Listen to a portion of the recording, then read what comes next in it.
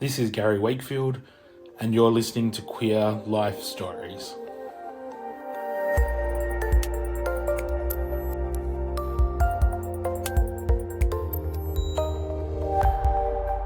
This episode is being released in time for International Transgender Day of Visibility, a day dedicated to celebrating transgender people around the world and the courage it takes to live openly and authentically, while also raising awareness around the discrimination trans people still face. While the visibility of transgender people is increasing in popular culture and daily life, there is still severe discrimination, stigma, and inequality. 80% of gender-questioning young Australians experience public insult, 20% of that being explicit threats, and 18% being physical abuse. Trans people are more likely to be sexually assaulted or be victims of domestic violence, more likely to self-harm or attempt suicide, more likely to be unemployed or unable to sustain employment, more likely to live on or under the poverty line, and face barriers to obtain proper healthcare and identity documents. These concerns are even higher if you're a trans person of colour. The fight for equality in Australia for queer people is far from over, and the queer community needs to stand together and support those who are most vulnerable within, and to fight to ensure that no one is left behind. If you're struggling with your mental health, please contact Lifeline on 131114 or Beyond Blue on 1300 22 4636. Both services are available 24/7.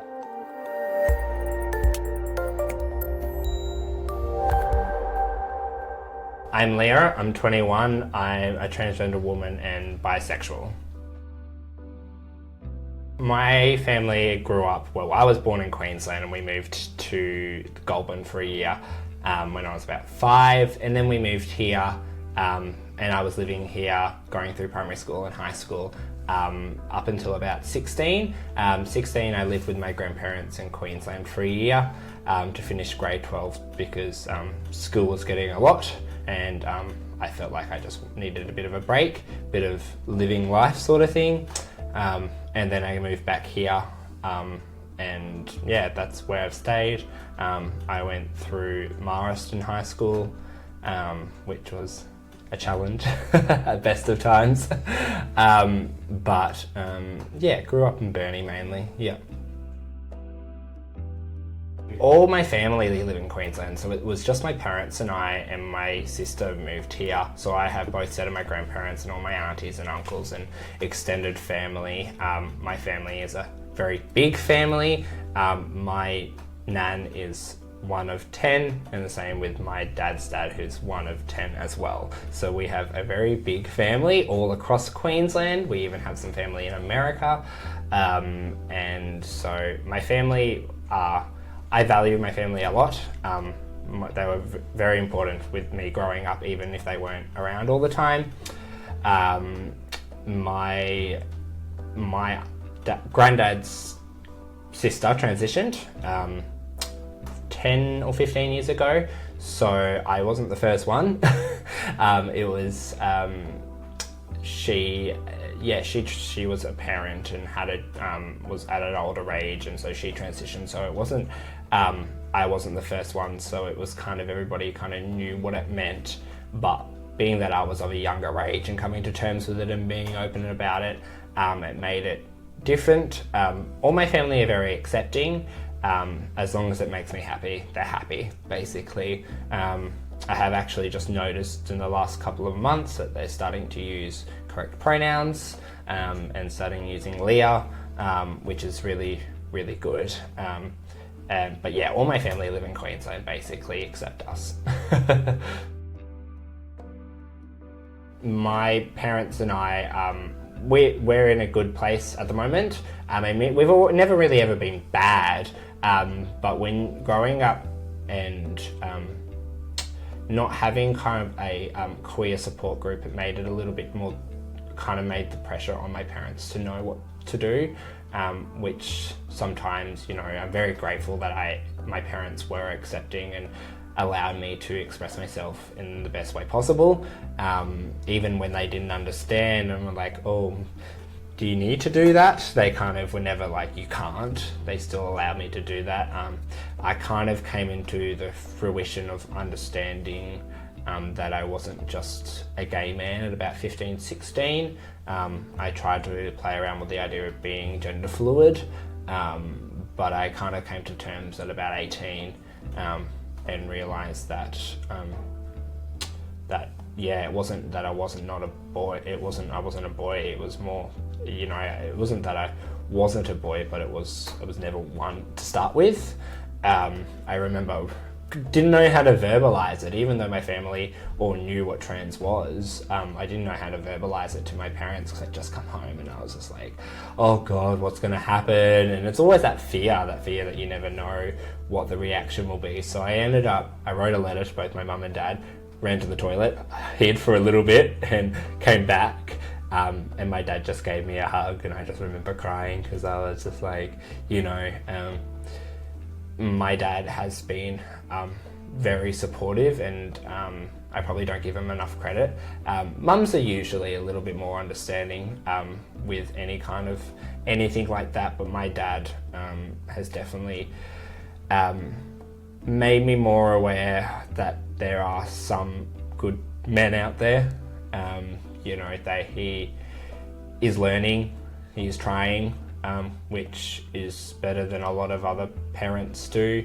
And so I'm very grateful, because even if he doesn't understand it, he still allows it. And not necessarily allows it, but respects that that's the journey that I'm going on, and he's happy to help me in whatever way possible. And he's always been like that, always said that, he's here to support me as long as it's gonna make me happy. And both my grandparents are really good. My nan is very supportive, my granddad's very supportive. My mama is very much, she's just like, as long as you're happy, I try to talk to her about it, and sometimes she's probably just like, doesn't get it, it kind of goes over her head with things. But she's always been sort of someone that I've aspired to. And I remember in grade 7 we had to write a story about who our hero was, and I wrote it about her. She's always had a very special place in my heart, and so my family are pretty amazing. I'm very grateful, and we all kind of get each other. We all sort of have different interests and likes in what we do, but we all definitely, my family have definitely molded me into the way that I am. My family we're really good. I'm very grateful that I have my family. But no, I mean, my family have always been very politically, that's what they've discussed, and that sort of thing, but they never really brought up gender issues or sexuality to me directly. I think, when I came out as gay at 14, they were kind of like, oh, okay, what do we do now? My family, my parents weren't necessarily directly involved with what queer society and community was, sort of thing. They accepted that was a part of people's lives, but they never really kind of got directly involved with it, I suppose. So they never really discussed it. I tried bringing it up, transitioning and things like that, and I think it was just they didn't know about it, so it was hard for them to have a discussion about. And even now I still try talking to them, and sometimes they're just like, I say to them, I feel very maternal, and my dad's like, maternal? I'm like, yeah, I don't have paternal feelings, I have maternal feelings. And so it's, but no, they never really discussed it. I remember when the marriage equality plebiscite came out, and even with Trump elections and things like that, I remember trying to discuss those issues with my parents, and them kind of being like, well, you just got to accept other people have different views, and I was just like, no, that's not necessarily how that works. But they definitely that outlook, I've been able to become more of an empathetic person. Not in regards to like homophobia and things like that. I think that people who are homophobic are just dumb. But with any kind of different politics, I try to listen. You know, we never really discussed it in depth. We do try now, but I think it's still that thing is that they either don't know about it, or they're of the belief that sometimes I focus too much on it. That's something that I discuss a lot of, but I'm like, well, that's a part of who I am. It's not because I'm fixated on my sexuality or my gender expression. It's also just a part of the person that I am, and very open and discuss things very openly with people about issues and anything really in general. But yeah, no, we never really discussed it, no. Well, at 14, I didn't have any real experience into what being gay was. I remember coming from a little country school and then got to high school, and the first thing everybody said was to me, oh, you're gay, you're gay. And so when you have people telling you that all the time, you kind of just think, oh, and I knew that I was attracted to men, but I also knew that I was attracted to women at the same time, you know. Like when you're 12, 13, you know, dating is kind of just like you're learning things. But I always still remembered being very attracted to the idea of women, but because I was persuaded so much, because I was obviously very feminine, and I remember just in high school, people literally just forcing it into that box. And, you know, if I didn't have that, I would have been able to just, you know, be able to, because there's lots of girls that I dated when I was in high school, and I would say to myself, I probably could still date now, you know, but yeah, no, when I came out, it was definitely it didn't feel like I was still right, you know, no, it still didn't feel like that lift was off. I felt that when I came out as trans, I felt that alleviation of it. But when I came out as gay, I was still had no idea what sexuality was. You know, my parents knew what gay was, but they, I think, because obviously I was still trans, I was still very much quite feminine in expression, and the way that I dressed myself, even at 14. It wasn't females' clothes, but I still liked the idea of that. And so I think for them it was very much, they didn't see the exposure that that other people were doing the same thing as me, or other people were doing differently to me, so they thought, well, then why can't you be like them? Which is, I think, was just a defense. You know, they tried to make sure that I was protected and safe, because when you're kind of the only person visible, it kind of puts, not necessarily a target, but it makes you more visible, basically. Makes you kind of, and it was, I remember one of my biggest tormentors in high school was another gay guy, and I was just like, we are very much the same. We do theatre, we do the same classes, you're literally the same height as me, like why does it have to be that, you know, pressure because I'm not them? So through high school I was very much, I still tried to be, I think about grade 10 and 11 I started distancing myself, because people still would gravitate into the idea that I was this gay guy, and, you know, why didn't I do what they did, and why don't I was like, well, that's not the person that I was or am. But yeah, school was difficult. Grade 7 to 10 was just quite, you know, you're just learning who you are and things like that. I remember at the end of grade 10, I just got out of a really, really difficult, exhausting, emotionally draining relationship, and I kind of went into grade 11 being like, what am I doing? Because when you go through something really difficult like that at like 15, you're like, oh my God, what am I doing? And so I kind of got into a depression slump at about grade 11. And so I kind of started isolating myself and hanging out in the libraries, being friends with librarians, which was really good. I made lifelong friends with librarians and things like that, and some other friends as well. I was still doing theatre, trying to find friends that I didn't necessarily go to school with. But school was difficult.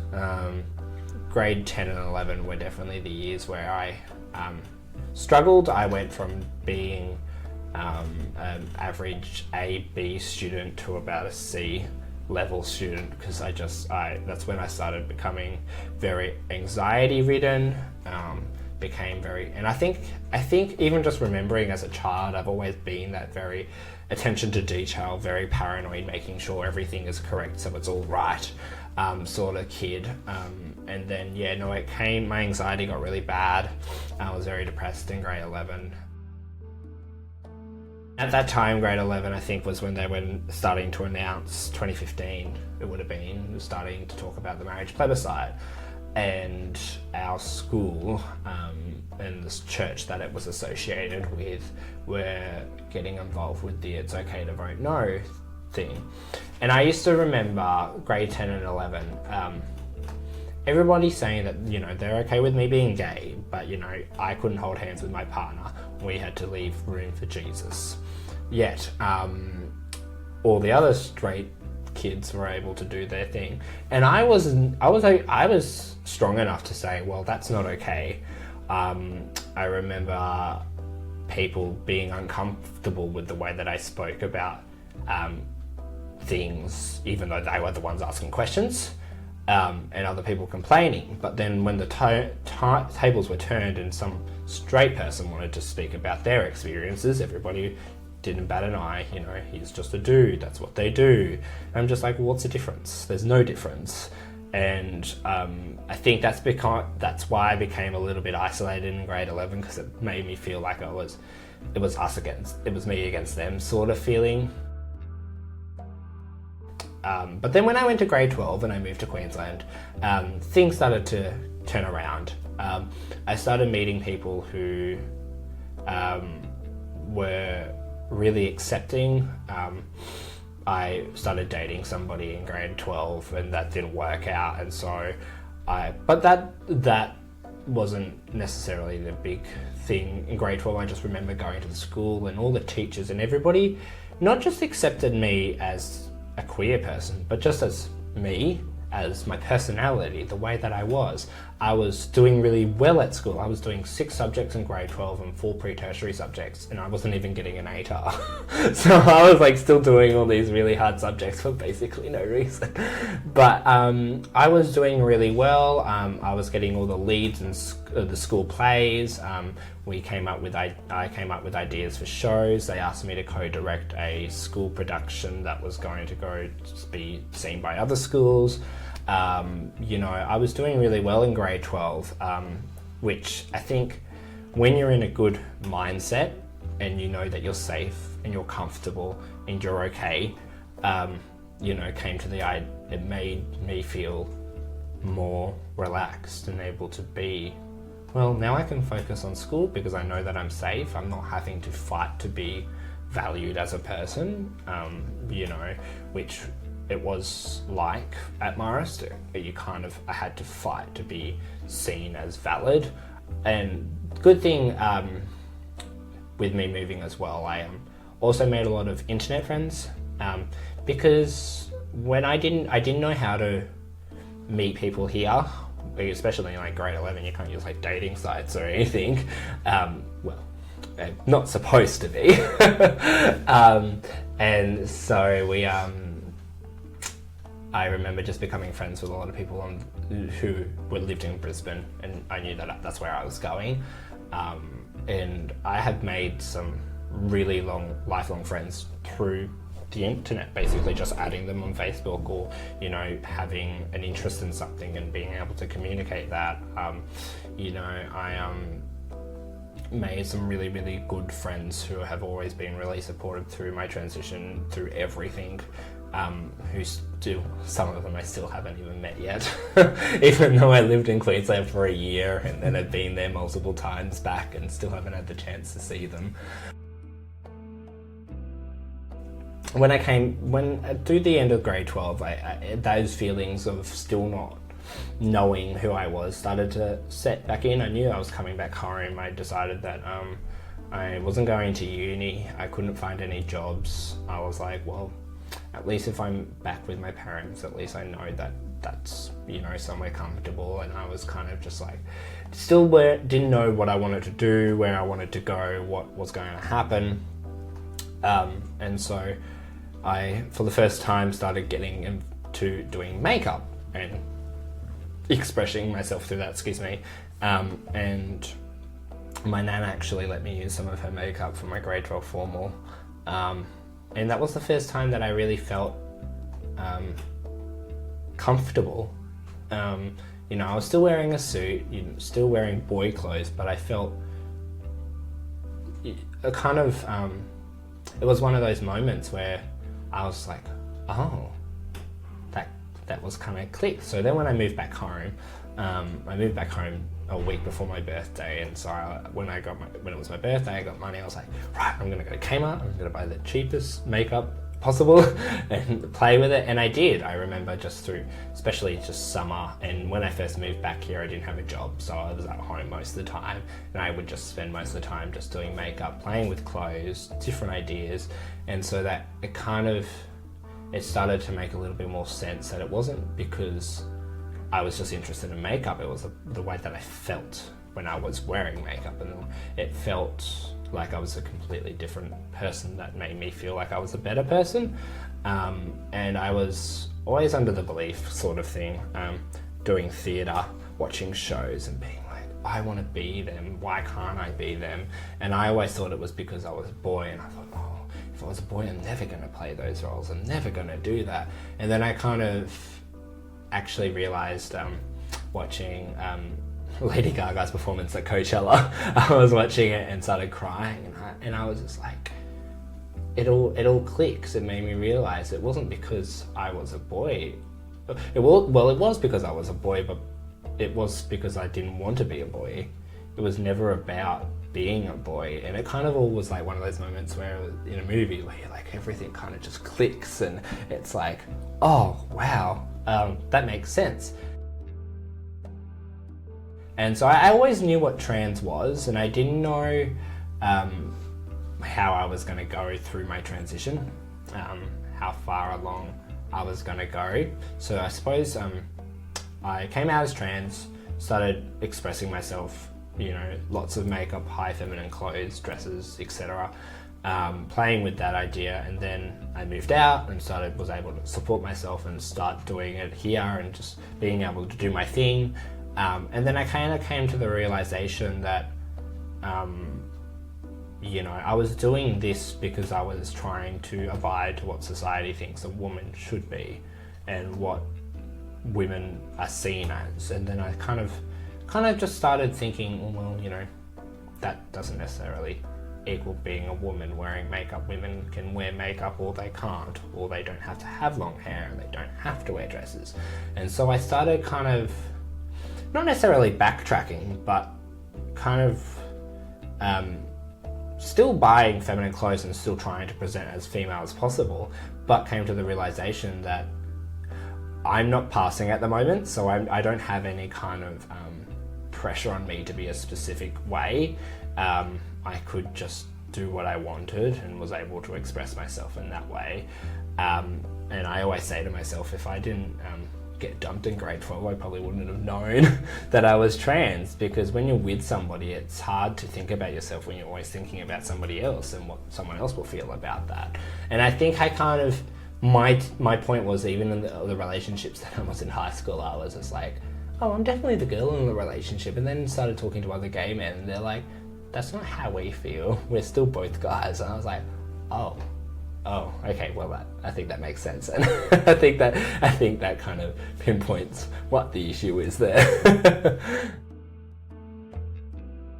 But yeah, no, grade 12 was a really good experience, and it made me realise kind of my placing in the world, that I wasn't always just going to be this trans person. I was going to be Leah. I was going to be somebody of purpose, not just a representation, a person with a voice and who I was. And so I'm very glad that I went through the experiences that I did, because it made me passionate and it made me aware. and it made me strong, and it made me think, well, if people want to disagree with how we live and who we are, then we just have to disagree with them and fight them back. That's the way that I've always been kind of living. I've always kind of felt like I just have to push back and just do your thing. You're a valid person. You're allowed to express yourself. And that's the thing. It's not like I'm walking around and hurting anyone. It's not like I'm walking around with jackets of spikes out and I'm going to hurt someone. I'm just trying to live. And, even with the negativity that comes across with how trans women are represented and talked about and discussed, I have had more support and more positive discussions here than I have had negative ones. And I think that's really important to discuss, because there's not a lot of openly queer, visibly queer young people, which I think is that fear that everybody thinks that just because we live in a small town, no one's going to get it. If you allow people to have those discussions with you, even if they don't understand, and if they don't understand, that's okay.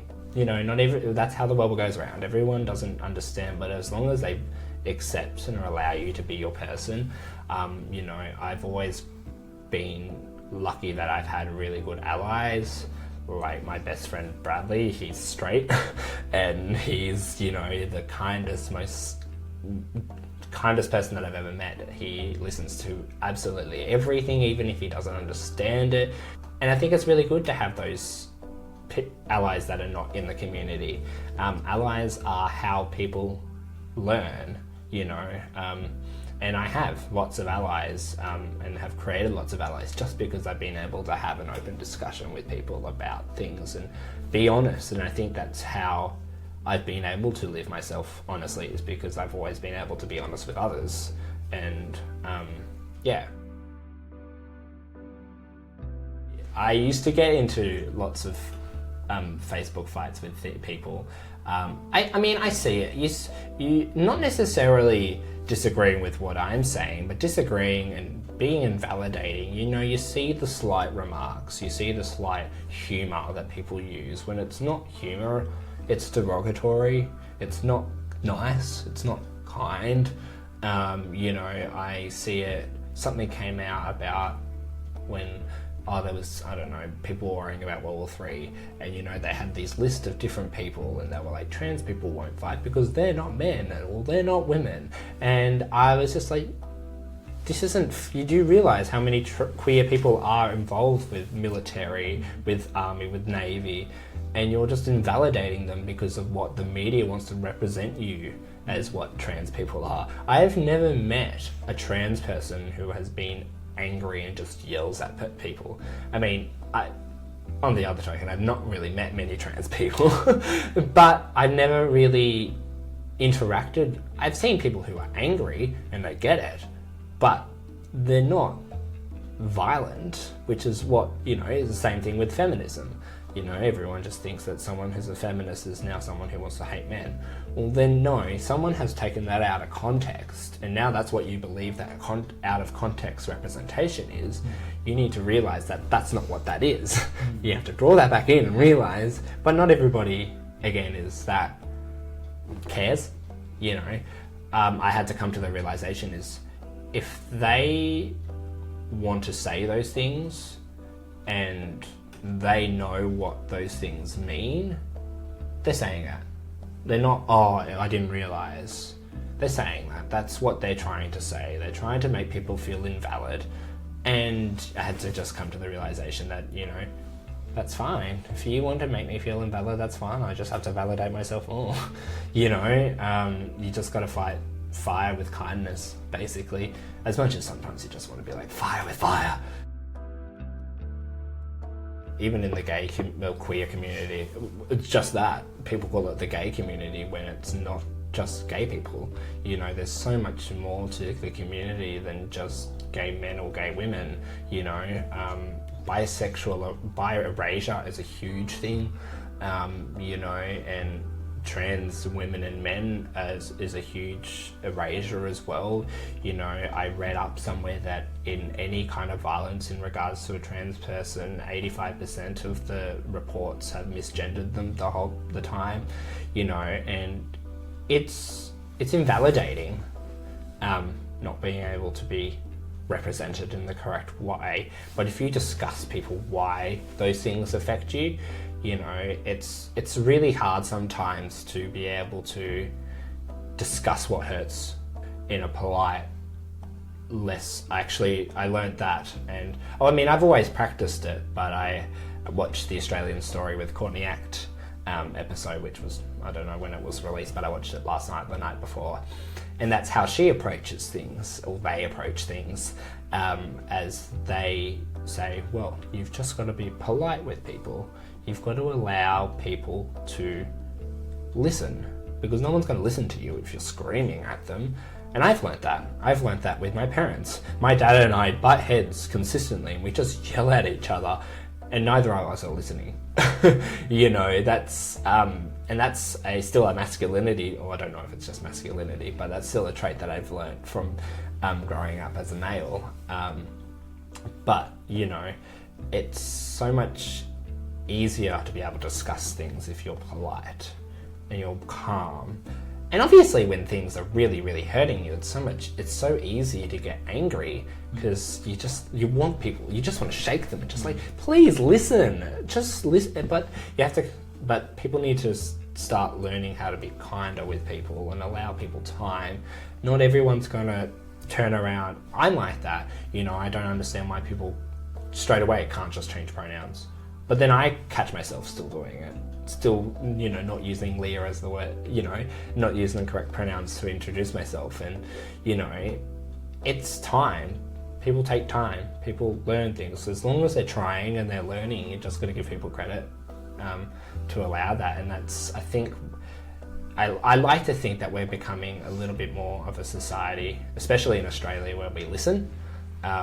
You know, there's obviously the other end of it is when people take, you know, highly racist, homophobic things, and they're like, well, that's freedom of speech. I don't know, I don't think so. If you're derogatory to somebody, that doesn't allow you can say whatever you want, but if you get consequences from it, that's why. you know, you still have to get, if you say something, it's still you have consequences if it breaks a law or breaks a contract or harms somebody that, you know, you work for, sort of thing. You're not protected from that. And I think a lot of people forget that with freedom of speech. You're allowed to say whatever you want, but if you say something that is hurtful to others, you're going to face a negative reaction. You can't say those things without realizing that's what people are going to say and how people are going to feel about it. But I learned that from my dad. I learned that, and other people, especially my dad, that you have to approach things in a calmer way. You know, I know with my parents, I'm always really just like 100, you know, always like, why can't you? And they're just like, just breathe. I'm like, but you don't understand. And I like to think it's just because I'm comfortable in my home and with my family, I can just do whatever. I don't have to be a positive representation for anybody. I can just be as annoyed and angry as I want to.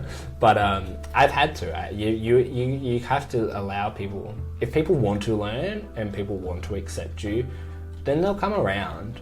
You can't teach people if they don't want to learn. That's you know, not everyone's going to want to, but you just have to allow them to think, well, that's their life. If they want to be like this, then that's them. At the end of the day, that's what they want, and if their life wants to be like that, then they face the repercussions of how they want to live. Trans women definitely face more issues with financial security, just acceptance than trans men. And I think that's just to do with being the fact that they're women.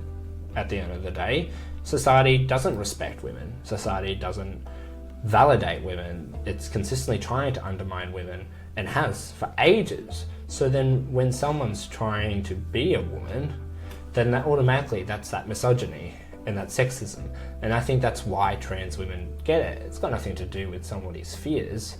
I think it's just to do with the fact that they're fearful of a woman that makes them question things, you know. And it's a lot more. I don't want to say in your face, but more confronting with trans women, especially than with some trans men. Trans men, I don't like to say the luxury, because that's not necessarily really true. They still deal with gender dysphoria and the same difficulties that trans women do.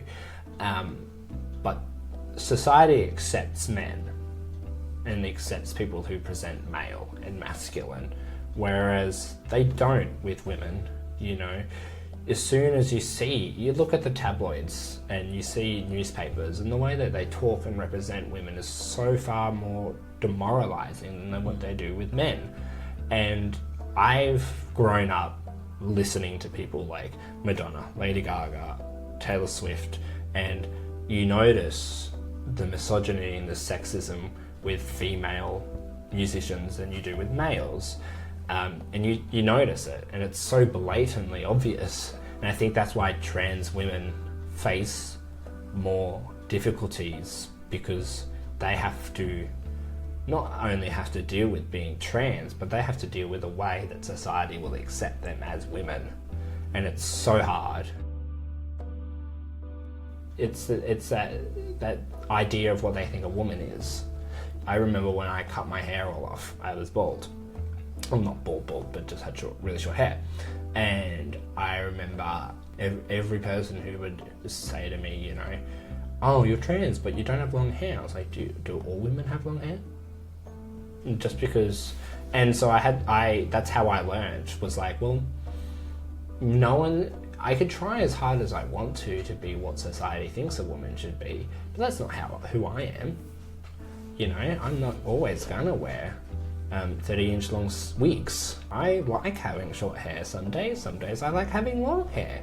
And I think that's why trans women face the issues that they do. I think that's why, especially trans women of colour, you know, in America, it's an epidemic on trans women, especially of colour. It's just awful seeing that. And it happens here too. They talk about the women that are killed. They forget to talk about the trans women who were also killed in Australia. You know, there's been at least 3 that I know of in the last 6 months. But they don't get represented in the Australian media because they're trans. And we all know why, and that's because of our media has an agenda. Stable income is a huge thing for trans women. It's a really big issue. So many trans women are unemployed, are homeless, you know, are afraid of being out. And that's scary to think that, you know, not everybody has those opportunities that I have been able to get. Whether that's because I was not presenting when I started, which I don't think it has anything to do with, but that's always been, and I think it's to do with that feeling of I've always had a lot more privilege because of the way that I present. I'm not presenting to a higher extent. I know people who are in capital cities who are trans and are transitioning, and they don't have stable income. You know, they do struggle quite a lot, especially with the COVID-19 pandemic. A lot of them are entertainers working in drag and, you know, performing, and they just now don't have the work. You know, not every trans man presents as a man. You know, you still have trans men who still have feminine features or have a feminine voice. Like, God, I can't wait to start going to speech pathology so I can start talking at a higher tone and a higher pitch so I can sound more feminine. But it's been very validating being able to have a safe workplace and somewhere to go where you know that you're always able to feel safe and validated, and just being able to walk home or being able to leave work and enjoy not just the work but the space and the way that people converse. No one has ever said anything except positive about the way that I present at work. I came out when I was 18, so that was like 3 years ago. And I didn't know how to transition. I didn't know what it was going to cost me, how much it was going to do, how much, and I know that people have told me it's also quite mentally exhausting. So I was like, well, you know, if I have to have days off, am I going to have work? You know, I can't take days off if people don't understand what I'm going through, sort of thing. And here, you know, I have spoken in my workplace, I have spoken to people and I've advised them this is what may happen, and they're just like, yep, if you need it, you take it, just let us know, sort of thing. And that's been extremely validating and just secure. You know, it's kind of the first time since I've moved out that I felt a little bit secure, which is a lot more than a lot of other people have. And I'm very grateful that I've had that experience and that chance to be able to do so. That was the discussion that I had with my parents, was that about transitioning. They're like, oh, people under 18 shouldn't be transitioning. And I'm just like, but you really don't know what puberty is like.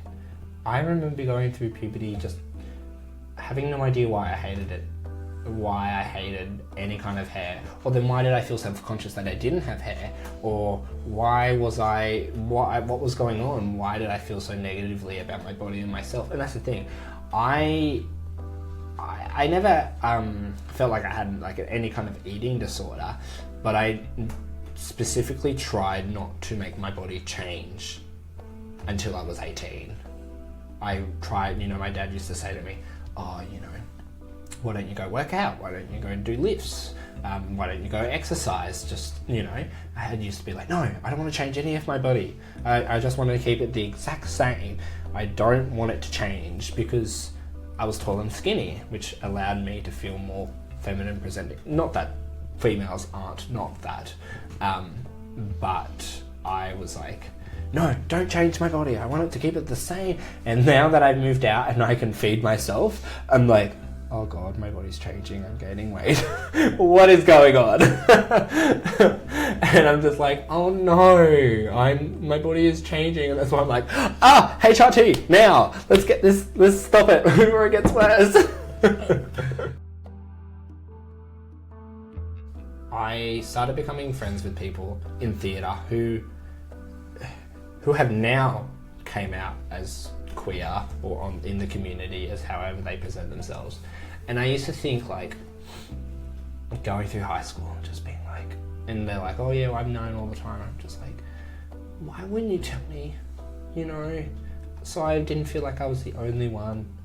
You know, I understand people sometimes just want to do their thing and not live with labels, and that's totally acceptable and fine, and get that and valid. But like, I didn't know anyone else. I was kind of by myself, and even at any other school, there was a couple of gay guys who came out. I try and get in contact with them and they'd be like, no, we're not interested. I'm just like, can we just like be friends?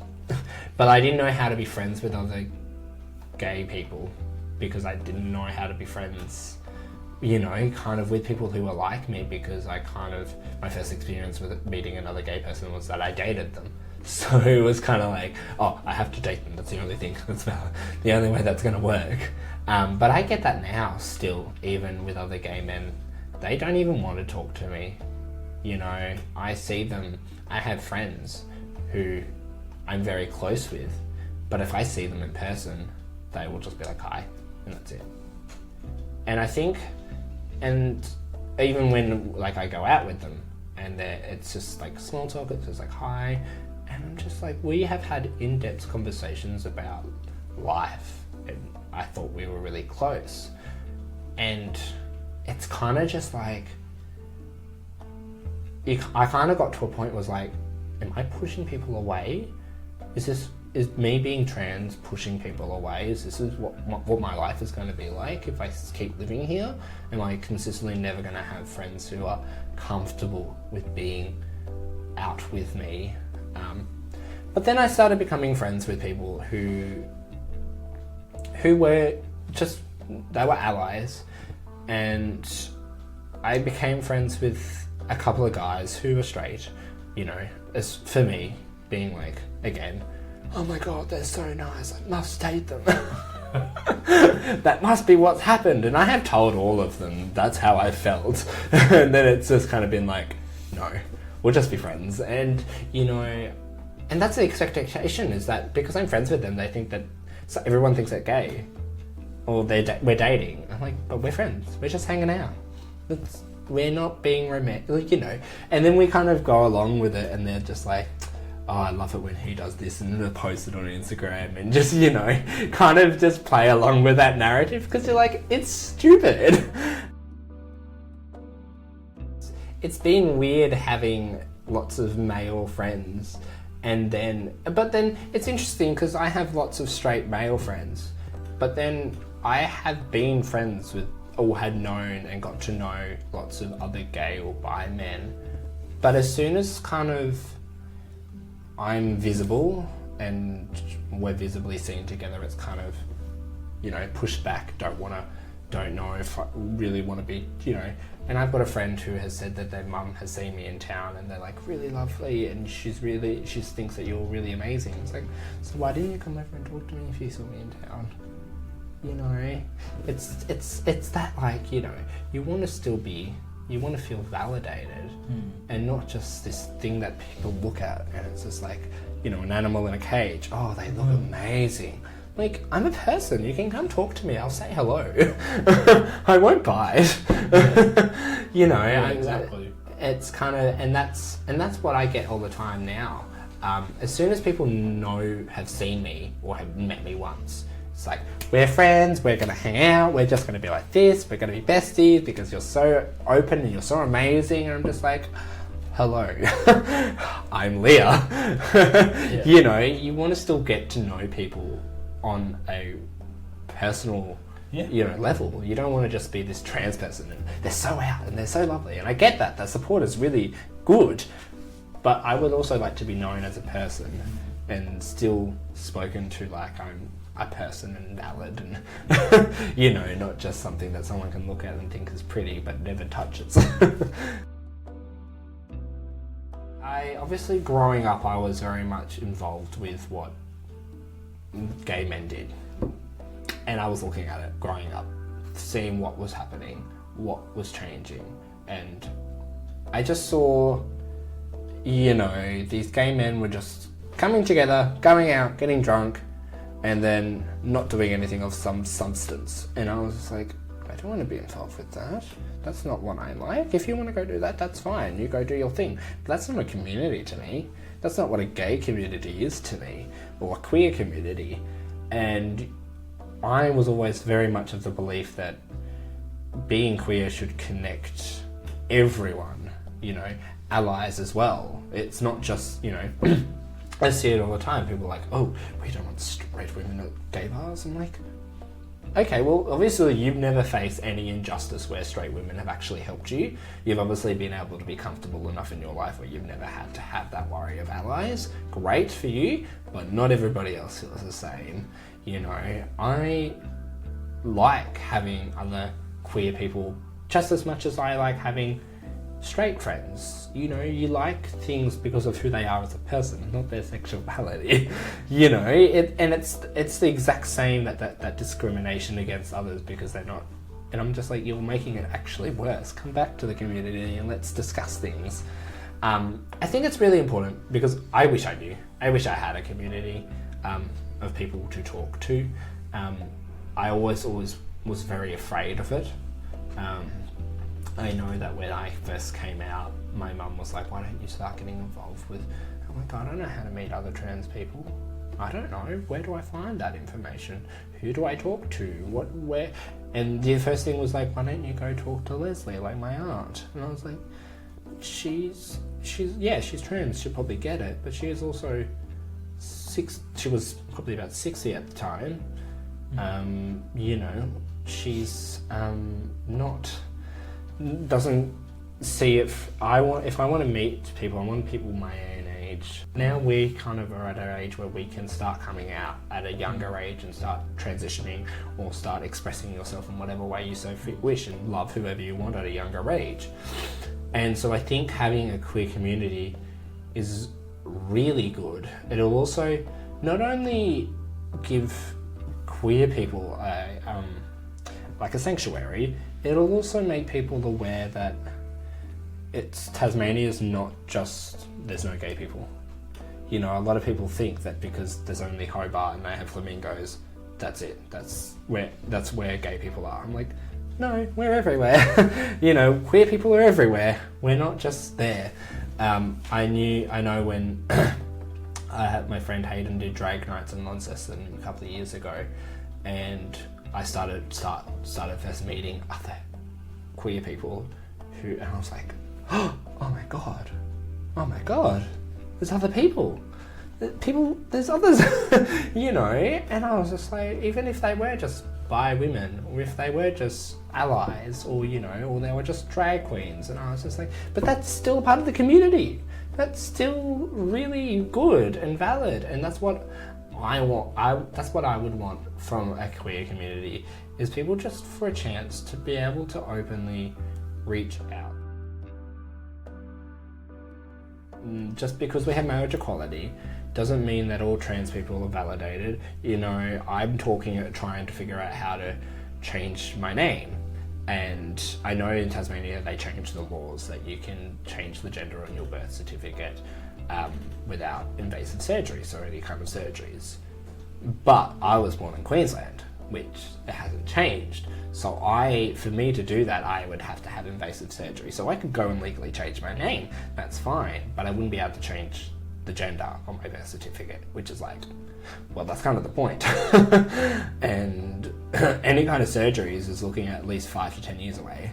So it kind of is like, you know, it doesn't, and that just shows that there's so much more that needs to be done.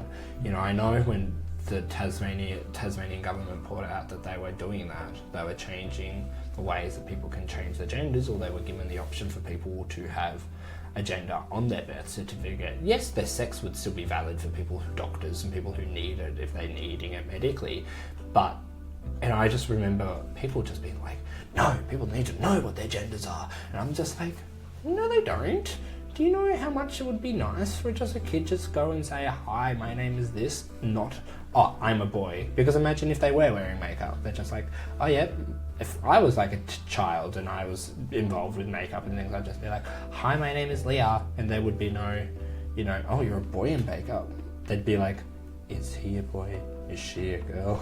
And I was just like, but that would just be so much easier for children who are going through that, because trans kids feel it from a young age. There's always that feeling of that not knowing where you're sitting and where you're placing, you know. You never feel like you're a part of the boys, but then you don't know if you're a part of the girls because you're a boy, you know, or vice versa, you know. It's that, and I think it shows that there's still so much more to go with what society accepts and doesn't accept. You know, as soon as marriage equality was gone through, great, that's amazing, that's good, but that's a step. That's not a final goal. There's still lots to come. You know, religious discrimination bill is coming through, which is not anything to do with religion at all. It's basically just racism and homophobia put in under as religion. Because I grew up in a religious family. My nan is very religious. She was the person that I was most scared of coming out to. I was just like, oh my god, she's so Catholic. Is she gonna be able to? And I told her, and she's like my biggest support. Like, she's always talking to me about it. She's always happy to have these discussions, and it makes me realize that it's not religion. It's got nothing to do with religion. And you know, I am one of my nan has said to me, you know, if you know, religion isn't about loving people, then it's not religion. The person who I was at 14 would be extremely proud and happy of the person that I am now. I've worked really hard to be able to put myself in a good position, not just financially but just mentally. Great, you know, when I was 16, 17, I had no idea what my life was going to be like. I still don't really when I think about it, but I know that I know who I am, and it makes it so much easier to be like, well, now I know who I am. Now I can work at what I want to be, and where I want to go and what I want to go on that journey with, because at least I've started that journey.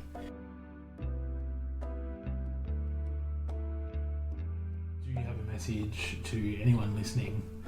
I just want to say that you are valid no matter where you are on your journey. You don't have to be what society thinks you should be. If you are not ready to be who you want to be yet, that's cool. That's okay. You don't have to be out to be you. You don't have to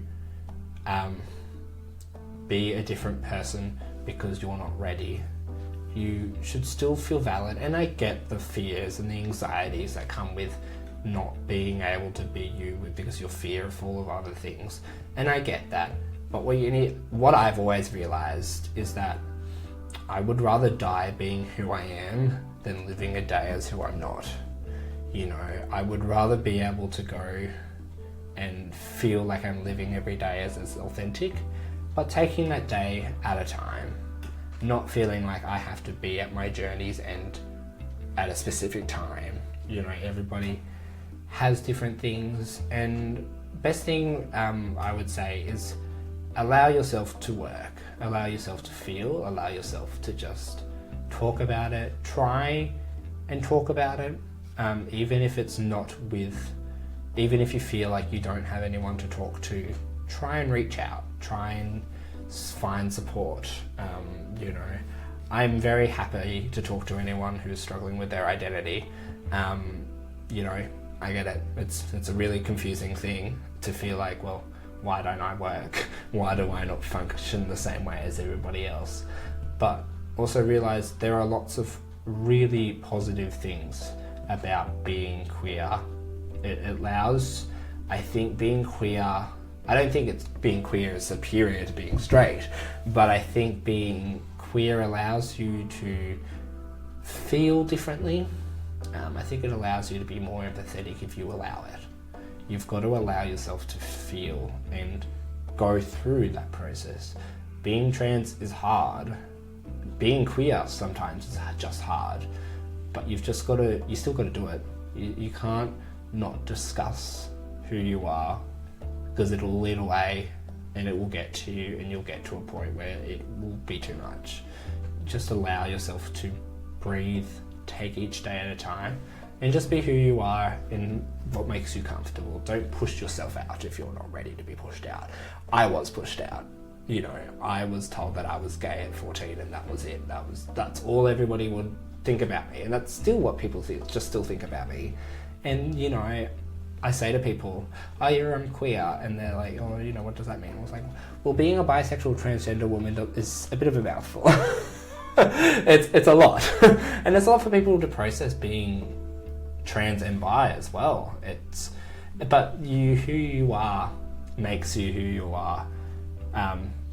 That sounds really like that didn't make sense, but being queer is a part of your personality.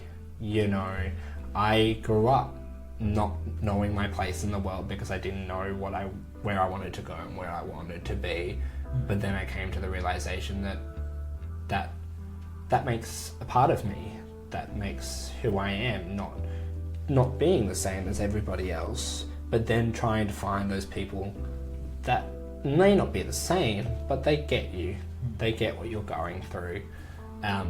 And so that would be my message, is to just take every day as it comes. You'll get there eventually, whether that takes, 6 months, a year, 2 years, 5 years. As long as you're getting to a point where you're comfortable, that's okay. Just feel comfortable. Don't try and push it too hard, because even though it's really, really hard, you don't want to push yourself out when you're not ready. This is probably the most public that I've been about who I am. Obviously, it's daunting putting it out in the world that you are who you are, but I'm comfortable in myself knowing that other people are going to benefit from hearing a positive queer person talking about their experiences, and just having somebody who knows, who gets it, who knows who you are, and feel free to reach out if it need be. So that's fine as well. Go listen to all the podcasts with queer life stories. Any queer life story is important to your, whether they're not the same as how you present or how you feel. It's still good to know that people are still a part of the community. Brilliant. Thank you. It's okay. Thank you.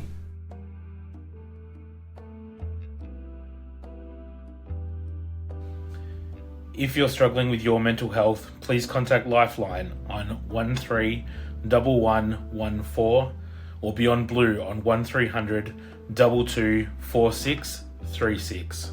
Both services are available 24/7. If you would like to share your story, talk about your experiences, or would just like to get in touch, you can email me at queerlifestories@outlook.com or find us on Facebook or Instagram. Just search for Queer Life Stories. This podcast is a no-budget one-man production, but you can support this podcast by following, donating, or subscribing to it at Patreon.